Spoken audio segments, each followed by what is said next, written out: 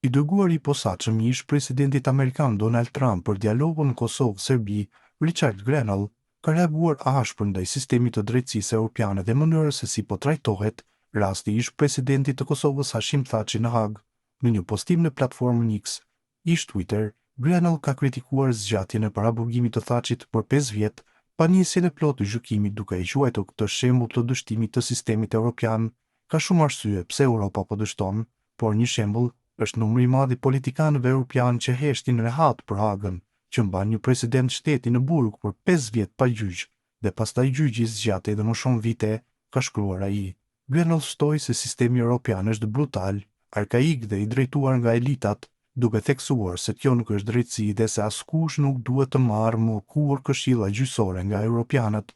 Në fund ai shprehu mbështetjen për ish presidentin Thaçi, duke thënë se shpreson që ai ta padisë të gjithë në Hag në një gjykatë amerikane kur të lirohet, pasi sipas tij janë paratë të taksapaguesve amerikan që financojnë këtë sistem.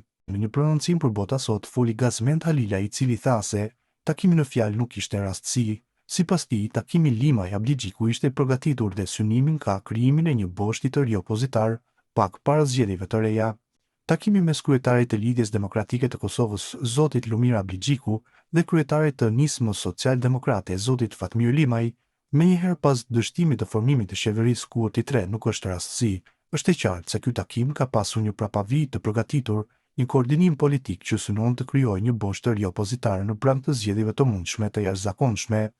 Krahas kësaj, ai tha se nisma e LDK-ja me refuzimin ndaj Kurtit synuan të dobësojnë lëvizjen vetëvendosje. Refuzimi i përbashkët për të hyrë në koalicion me lëvizjen vetëvendosje nuk duhet parë si veprim i parimeve politike, por si pjesë e një strategjie për të dobësuar subjektin më të fuqishëm politik në vend, lëvizjen vetëvendosje me kryeministrin Albin Kurti. Ky lloj bashkëpunimi mes partive që kanë humbur besimin e qytetarëve tregon frikën nga përballja e drejtë në zgjedhje dhe mungesën e vizionit të përbashkët për të ardhmen e vendit, nënvizoi ai. Ndër të tjera, Halila lishtoi se edhe nëse arrihet koalicioni LDK-Nisma, do të jetë më shumë koalicion mbjetese se një ndryshim në skenën politike. Nëse vërtet po përgatitet një koalicion Nisma-LDK për zgjedhjet e reja, ai do të jetë më shumë koalicion për mbjetesë politike sesa për ndryshim real. Qytetarët tashmë e kanë dëshmuar se kërkojnë qeverisje të drejtë, të pastër dhe me integritet, diçka që vetëm vetëvendosja e ka ofruar dhe do të ofrojë sërish në çdo proces zgjedhor, përfundoi Gazmend Halilaj për Bota Sot. Gacaferi një koalicioni mbjetesës politike. Kurse antari guxoi Luan Gacaferi, takimin Abdigjiku Limaj e cilëson si takim të zorit. Sipas tij ata janë afruar pasi vlerësojnë se partitë të dyve janë në një pozitë të keqe. Takimi i Abdigjikut me Limajin ishte një takim i zorit dhe jo se ka ardhur nga dashnia e respekti që kanë për njëri tjetrin. Pra ky takim është si me thënë figurativ, ku dy veta po shohin që po fundosen, i thonë njëri tjetrit, ma jepti mua dorën që të jap edhe unë ty dorën. E kështu kemi shanse të shpëtojmë së bashku ose të fundosemi së bashku. Gjithashtu Gacaferi tha se Abdigjiku gjendet në një situatë të vështirë pasi nuk guxon të marrë më pak vota në zgjedhjet e ardhshme se në zgjedhjet e nënshkurtit, pasi do të kishte goditje të madhe nga kundërshtarët brenda LDK-s.